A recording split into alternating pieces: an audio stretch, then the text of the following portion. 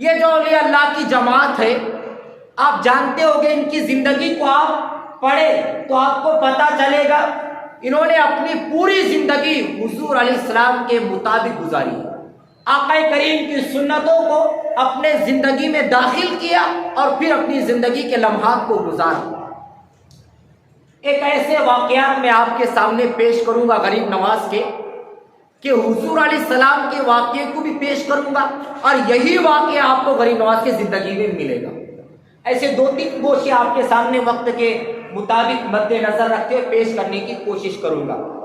ہم حضور علیہ السلام کی زندگی کو، اس واقعات کو شاید آپ نے مجھ سے یا کسی اور سے سنا ہوگا، لیکن پھر بھی یہ پیش اس لیے کروں گا کہ یہی واقعہ غریب نواز کی زندگی میں دکھانا ہے، تاکہ آپ کو لگے کہ انہوں نے اپنی زندگی حضور علیہ السلام کے زندگی کے مطابق گزاری۔ آپ جانتے ہیں بڑا مشہور واقعہ ہے، عید الفطر کا دن تھا، حضور علیہ السلام اپنے حجرے سے نکلتے ہیں عید کی نماز پڑھنے کے لیے، ساتھ میں حضرت علی ہے، اپنے پہلو میں حضرت علی کو رکھا ہے اور اپنے کندھے پر امام حسین کو بٹھایا ہے اور امام حسن کو اپنی انگلی پکڑوائی۔ اس انداز میں 4 لوگ کہاں نکلے عید کی نماز پڑھنے کے لیے۔ جب راستے میں پہنچے تو کیا دیکھا کہ کچھ ایسے بچے راستے میں خوشی منا رہے اور تف بجا رہے تھے، خوشی منا کر تف بجا رہے تھے۔ حضور علیہ السلام نے انہیں دیکھا اور دیکھ کر مسکرانے لگے تو اچانک ایک رونے کی آواز آئی۔ حضور علیہ السلام نے چہرہ پھیرا تو کیا دیکھا، کچھ بچے ادھر خوشی منا رہے تھے، تف بجا رہے تھے، لیکن ایک ایسا بچہ دیکھا جو درخت کے نیچے کھڑے رہ کر زاروں قطار رو رہا، اس کے کپڑے پھٹے پرانے تھے اور آنسو بہ رہے تھے۔ اور حضور علیہ السلام نے اس کو جب دیکھا تو عیدگاہ کی طرف جانے کے بجائے حضور علیہ السلام رک گئے۔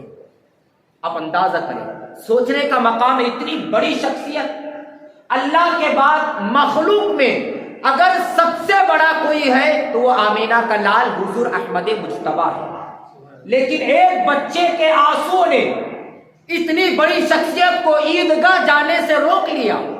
کیوں؟ کہ حضور تھے ہی ایسے، وہ سب کچھ برداشت کر سکتے تھے لیکن کسی کا رونا نہیں دیکھ سکتے تھے، کسی کو تکلیف کے اندر نہیں دیکھ سکتے تھے۔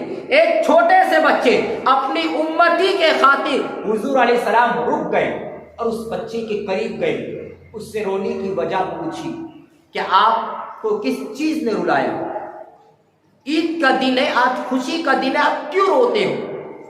اس نے کہا میرے پاس کپڑے نہیں ہیں، میرے پاس ماں باپ نہیں ہیں، میں یتیم ہوں، یہ خوشی منا رہے ہیں لیکن میں کیسے خوشی مناؤں گا؟ یہ سوچا، یہ اس نے کہا۔ حضور علیہ السلام نے کیا کیا، حضرت علی سے کہا یہ دونوں بچوں کو آپ لے کر عیدگاہ جائیں، میں اس یتیم بچے کو اپنے گھر واپس لے جاؤں، اس کو نئے کپڑے پہنا کر پھر عیدگاہ میں لے کر آؤں۔ حضور علیہ السلام نے حضرت علی سے کہا، یہ امام حسین کو کندھے سے اتارا، انگلی پکڑوائی علی کی، امام حسن کی انگلی پکڑوائی علی سے، کہا یہ دونوں بچوں کو لے کر آپ عیدگاہ جائیں۔ وہ دونوں بچوں کو لے کر عیدگاہ جانے لگے۔ حضور علیہ السلام نے اس بچے کو لیا اور اپنے گھر چلے، اس کے لیے نئے کپڑوں کا انتظام کیا۔ اس بچے کو نئے کپڑے حضور علیہ السلام نے اپنے ہاتھوں سے پہنایا اور ہاتھوں سے پہنانے کے بعد اب کہا کیا بیٹا اب تم خوش ہو؟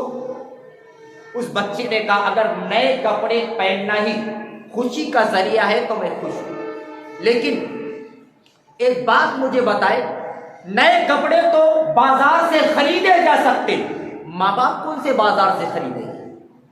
اس بچے نے حضور سے کہا نئے کپڑے بازار سے خریدے جا سکتے، لیکن ماں باپ کون سے بازار سے خریدوں گے؟ میرے ماں باپ بھی نہیں ہے، اور جس کے ماں باپ نہ ہو اس کو عید کے دن خوشی منانے کا حق کیا ہے؟ اس بچے نے حضور سے کہا۔ اب آقا کریم نے اس سے کہا بیٹا کیا تم اس بات پر خوش نہیں ہو کہ تمہاری ماں کی جگہ حضرت عائشہ تمہاری امی ہو اور باپ کی جگہ محمد رسول اللہ تمہارا باپ ہو؟ جب اس نے یہ سنا تو یہ کہنے لگا آج میں سب سے زیادہ خوش ہوں۔ کیوں؟ یتیم ہو گیا، اس لیے کہ اب مجھے ماں باپ کی جگہ، ماں کی جگہ حضرت عائشہ مل گئی اور باپ کی جگہ محمد رسول اللہ مل گئی۔ اس نے کہا آج میں اپنی قسمت پر رشک کر رہا ہوں۔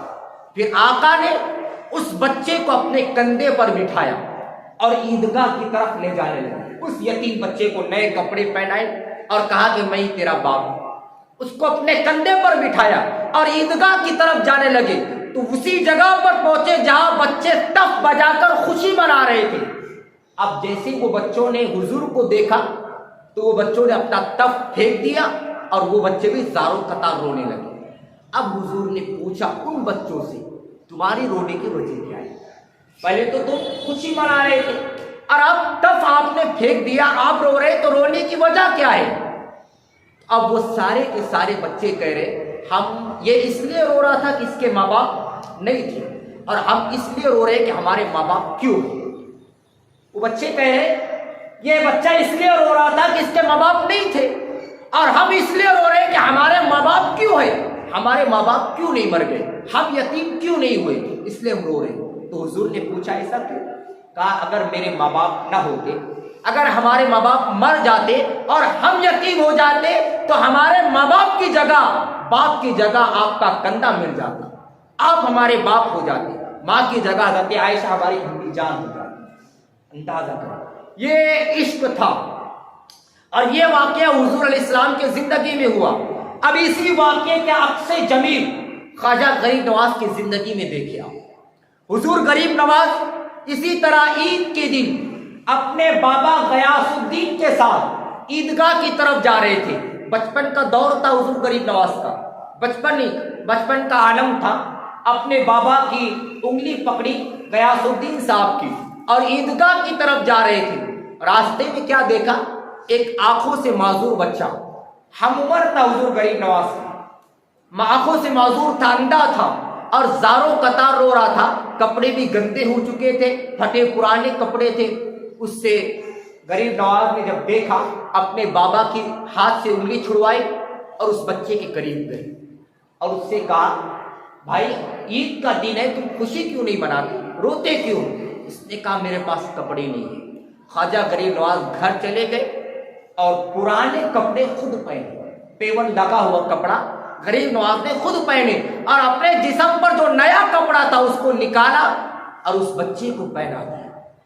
جب باپ نے دیکھا حضرت غیاث الدین صاحب نے تو بیٹے سے کہا خواجہ معین الدین چشتی اجمیری سے آپ کے کپڑے کہاں ہیں؟ اس نے کہا میں نے فلاں شخص کو پہنا دیا، فلاں بندے کو پہنا دیا جو میرا ہم عمر تھا۔ بابا نے کہا ایسا کیوں؟ کہا کہ آج مجھے پوری زندگی کے اندر حضور علیہ السلام کی سنت پر عمل کرنے کا موقع مل گیا۔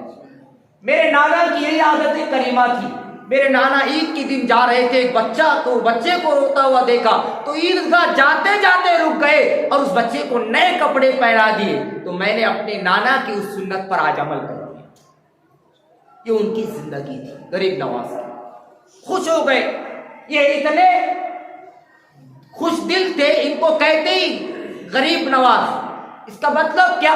غریبوں کو نوازنے والے، غریبوں کو نوازنے والے، اس کا مطلب ہے اب لوگ کہیں گے غریبوں کو نوازنے والے ہیں تو پھر امیروں کو، تو میں کہتا ہوں ان کی بارگاہ میں دنیا کا سب سے بڑا امیر بھی فقیر ہے، ان کی بارگاہ میں دنیا کا سب سے بڑا امیر بھی ان کی بارگاہ میں فقیر ہے، غریب ہے، تو سب کو نوازتے ہیں۔ اسی لیے تو امریکہ کی سرزمین سے ایک شخص آیا، اس نے کہا میں نے لوگوں کے دلوں پر ایک قبر کو حکومت کرتے دیکھا، اور وہ قبر کسی اور کی نہیں، وہ خواجہ خواجگاہ کی قبر ہے، وہ لوگوں کے دلوں پر حکومت کر رہی ہے۔ آج 850 سال ہو گئے قبروں میں جا کر، لیکن آج بھی دنیا کے اندر 6 رجب کو ان کے نام کا چرچا ہوتا ہے۔